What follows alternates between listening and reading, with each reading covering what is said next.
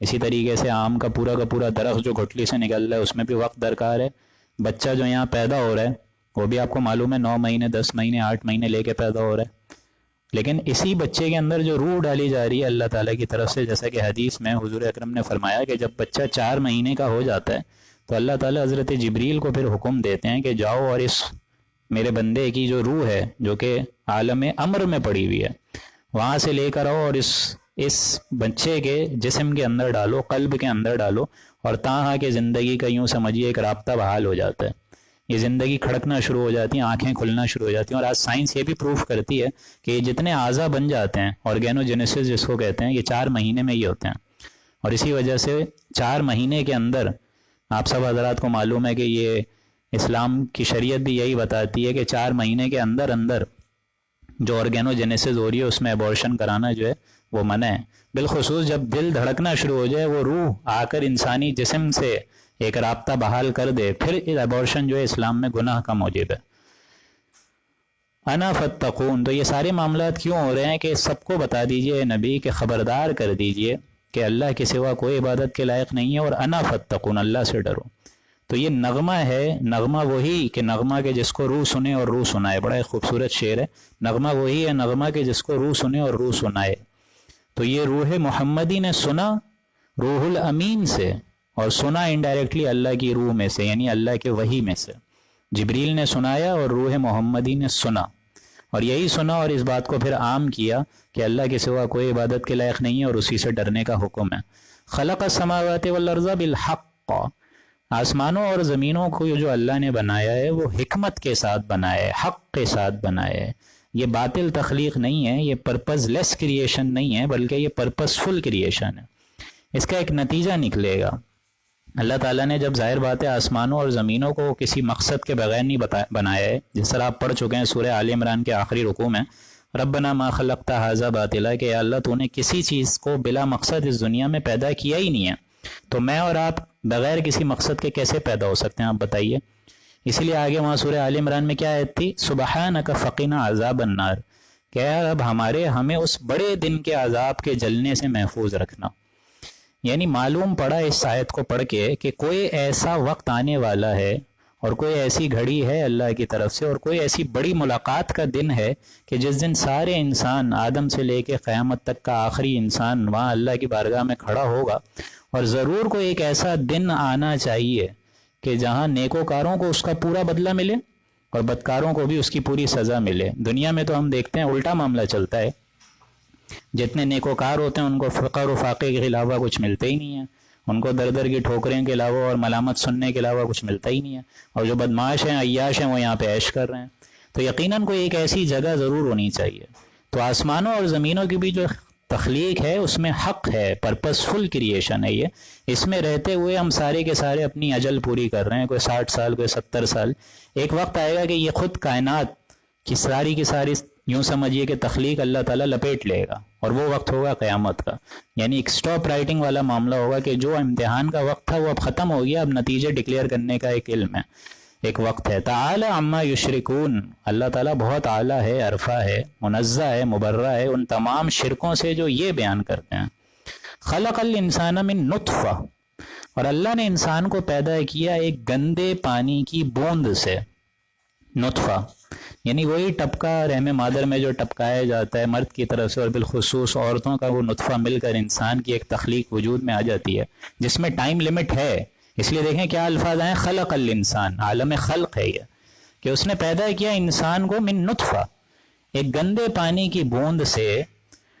اس گندے پانی کی بوند کا تقاضا تو یہ تھا کہ انسان کو اپنی اوقات یاد رہنی چاہیے تھی، اس کو پتہ ہونا چاہیے تھا کہ کس حقیر اور ثقیل شے سے وہ بنا ہے. لیکن اس انسان کا معاملہ اس دنیا میں کیا ہو گیا؟ فَإِذَا هُوَ خَصِيمٌ مُّبِينٌ، پھر وہ اچانک ہو گیا کھلم کھلا جھگڑنے والا. یہاں رہ کر انسان دلیلیں دینے لگا، بحث کرنے لگا، جھگڑنے لگا کہ اللہ تعالیٰ نے کیسے دوبارہ اٹھائے گا ہمیں، ہم جب مر کر گل سڑ کر مٹی مٹی ہو جائیں گے، اور بالخصوص آج کے انسان تو یہ کہے گا کہ وہی مٹی کسی اور بکری اور بھیڑ میں چلے جاتی ہے، اگر وہی سارے کے سارے گھاس بن جائے، اور پھر وہ بکری کا بھی جو گوبر ہے اور بچھیا بچھے کا یہ جو سارا کا سارا گوبر ہے وہ کسی اور کھاد اور پلانٹ میں فرٹیلائز ہو رہا ہے، پھر وہ اور کوئی شے کھا رہی ہے، تو ہم تو اس مٹی میں گئے مطلب مل کر گھل مل کر ختم ہو جائیں گے، تو دوبارہ کیسے اللہ پیدا کرے گا؟ یہ انسان آج بھی جھگڑ رہا ہے، کیونکہ آپ سب حضرات کو معلوم ہے کہ اللہ کے منکر تو آج بھی موجود ہیں، لیکن موت کا منکر کوئی نہیں ہے۔ فَإِذَا هُوَ خَصِيمٌ مُّبِينٌ، جھگڑنے والا ہو جاتا ہے، اپنی بحث اور دلیلیں دینا شروع کر دیتا ہے کہ دوبارہ اٹھیں گے کیسے۔ حالانکہ یہ بات بہت معقول ہے کہ کوئی بھی کام پہلی دفعہ کرنا جو ہے وہ زیادہ مشکل ہے ایز کمپیئر ٹو دوسری دفعہ۔ آپ پہلی دفعہ ڈرائیونگ سیکھیں، آپ کو مسائل ہوں گے، دوسری تیسری دفعہ رفتہ رفتہ آپ من جائیں گے، تو وہ اللہ جس نے کروڑوں اربوں انسانوں کو پیدا کیا ہے وہ دوبارہ کرنا اس کے لیے کیا مشکل ہوگا؟ بلکہ سورہ انعام کے بعد آپ لوگ سورہ نحل کے بعد سورہ قیامہ پڑھیں گے، اس میں تو اللہ نے یہ بھی بتایا کہ انگلیوں کی پور تک اللہ درست کرنے پر قادر ہے۔ وَالْأَنْعَامَ خَلَقَهَا، اور اسی نے چوپائے بنائے،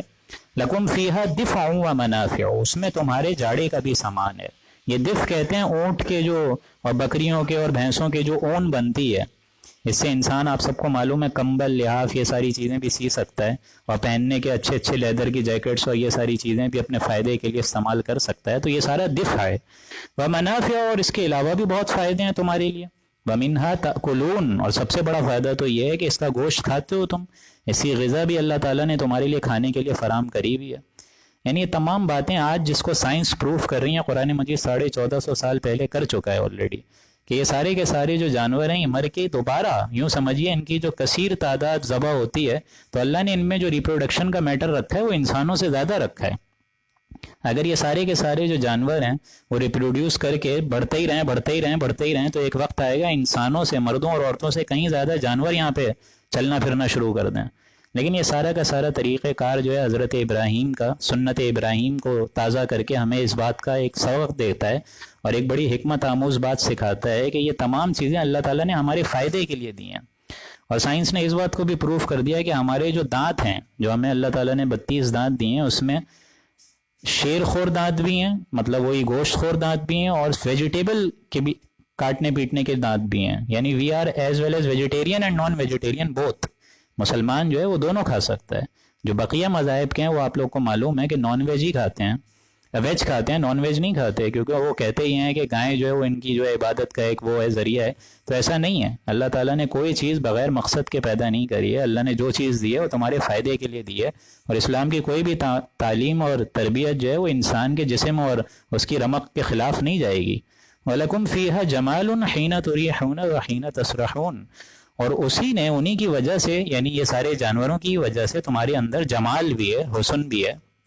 ظاہر بات ہے تمہارے اندر یہ گھوڑے ہیں، خچر ہیں، اب ظاہر بات ہے کوئی جانور ہے، گھوڑا ہے کسی کے پاس، تو وہ تو بڑی زیبائش کا ایک معاملہ ہے اس کے لیے، اور ایک اچھا قداور ایک جانور ہے، اس سے بڑا ایک روب بھی ہوتا ہے انسان کے اندر، ایک شوکت، شان و شوکت بھی جھلکتی ہے، تو ایک تمہارے لیے حسن بھی ہے۔ حین تریحون وحین تسرحون، جبکہ ان کو شام کے وقت تم لاتے ہو اور جب ان کو صبح کے وقت چھوڑ دیتے ہو، کیونکہ پچھلے زمانے میں دیہاتوں کا آپ کو معلوم ہے بڑا ایک دلکش ایک منظر دیکھنے میں آتا ہے کہ وہ شام کے وقت small hours of the evening پر وہ سارے کے سارے اپنے بھیڑ بکریاں لے کر آ رہے ہیں، آگے آگے جو ہے چرواہا چل رہا ہے، پیچھے اس کی بھیڑ بکریاں چل رہی ہیں، تو عربوں میں بڑا ایک رواج تھا ان چیزوں کا، تو اس میں بھی ایک اللہ تعالیٰ کی طرف سے ایک حسن ہے، جمال ہے، خوبصورتی ہے۔ وَتَحْمِلُوا أَثْقَالَكُمْ إِلَىٰ بَلَدٍ لَمْ تَكُونُوا بَالِغِيهِ،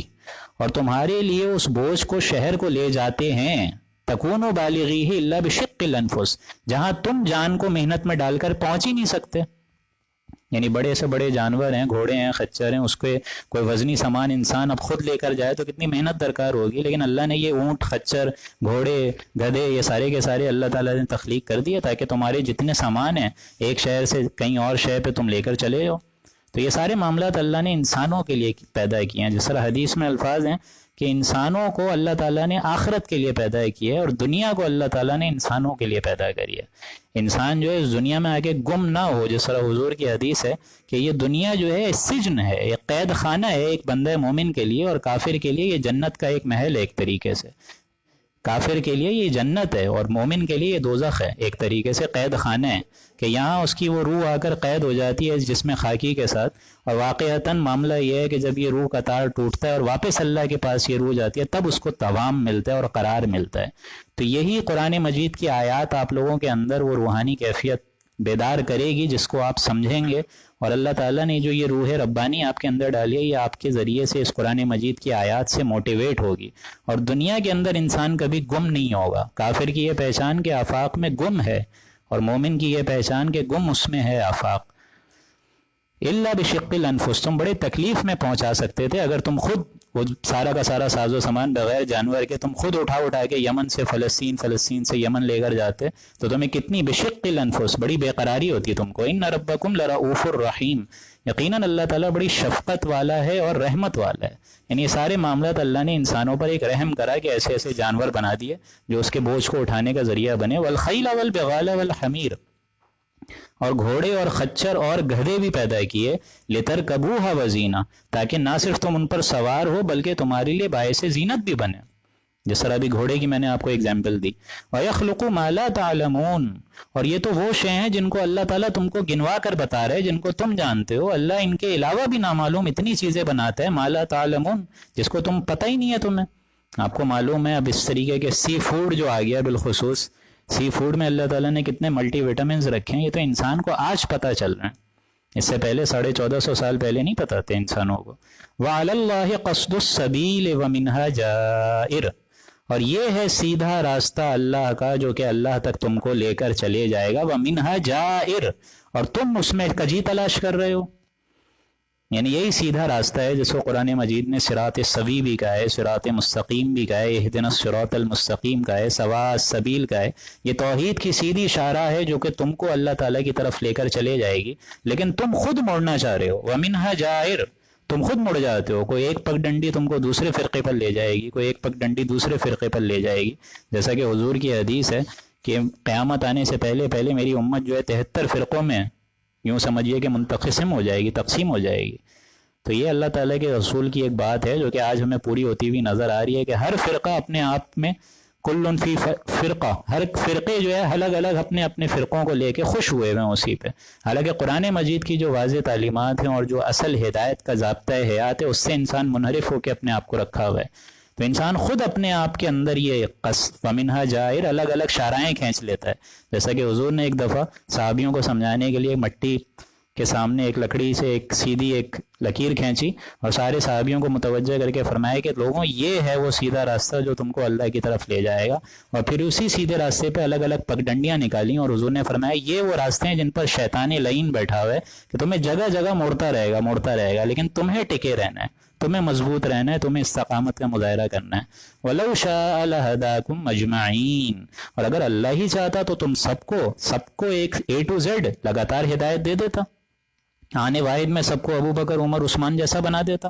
لیکن اللہ کی یہ منشا نہیں ہے، اللہ کی یہ حکمت نہیں ہے، اللہ کا معاملہ ایسا نہیں ہے۔ اللہ تعالیٰ نے یہ دنیا بنائی ہے امتحان کے لیے، اور امتحان کے لیے انسان کو آزادی رائے اور آزادی خیال دیا ہے، اما شاکرا و اما کفورا۔ اس پہ اللہ تعالیٰ نے مزید انسانوں کے لیے ایک اخلاقی حص رکھی ہے کہ by his own nature he knows that this is good اور دس از ایول، تو یہ اللہ تعالیٰ نے رکھی ہے۔ پھر ان تمام چیزوں کی تکمیل کے لیے اللہ تعالیٰ نے اپنے رسولوں کو بھیج دیا، کلام مبارک اتار دیا، قرآن مجید میں پورا ضابطۂ حیات سمجھا دیا۔ اب انسان خود اس گمراہی پر، راستے پر اڑا رہے اور اس حق کی واضح تعلیمات کو اپنے لیے نہیں اختیار کرے تو یہ اس کا اپنا فالٹ ہے جس کی سزا اس کو قیامت میں ملے گی۔ وَلَوْ شَاءَ لَهَدَاكُمْ أَجْمَعِينَ، اللہ چاہتا تو تمام لوگوں کو اجمعین کے ساتھ ہدایت دے دیتا، لیکن اللہ کی منشا ایسی نہیں ہے۔ اللہ نے انسانوں کو بنایا ہے کہ اس کو اس دنیا میں آزادی رائے اور آزادی خیال دی ہے، اور اللہ تعالیٰ سے اس بات پر بھی، اس اختتام پر بھی ہماری یہی دعا ہے کہ اللہ تعالیٰ اس آزادی رائے اور آزادی خیال کا غلط استعمال سے ہمیں محفوظ رکھے، اور اللہ سبحانہ و تعالیٰ ہمیں وہ اعمال کرنے کی کوشش عطا فرمائے کہ جس کے ذریعے سے ہم اسی کے سیدھے راستے پر تا حیات گامزن رہیں۔ تو اللہ کے فضل و کرم سے یہاں پہلا رکوع مکمل ہوا، اور دوسرا رکوع آج انشاءاللہ نہیں ہو پائے گا کیونکہ کل ہوگا وہ دوسرا اور تیسرا اور چوتھا۔ اب ہماری رفتار تھوڑی بڑھ جائے گی، تو سورہ نحل ہم لوگ نے یوں سمجھیے آغاز کر لی ہے۔ اب کل سے 3 رکوع ہم لوگ بسم اللہ کریں گے، اور پوری امید ہے کہ مارچ اپریل تک، رمضان سے پہلے رمضان سے قبل یہ قرآن مجید مکمل انشاءاللہ ہو جائے۔ آپ سب حضرات کا اللہ تعالیٰ بیٹھنا قبول فرمائے اور ہم سب کو ہدایت کا راستہ عطا فرمائے۔ بارک اللہ لنا ولکم فی القرآن العظیم ونفعنی وإیاکم بالآیاتہ والذکر الحکیم۔ صدق اللہ العظیم۔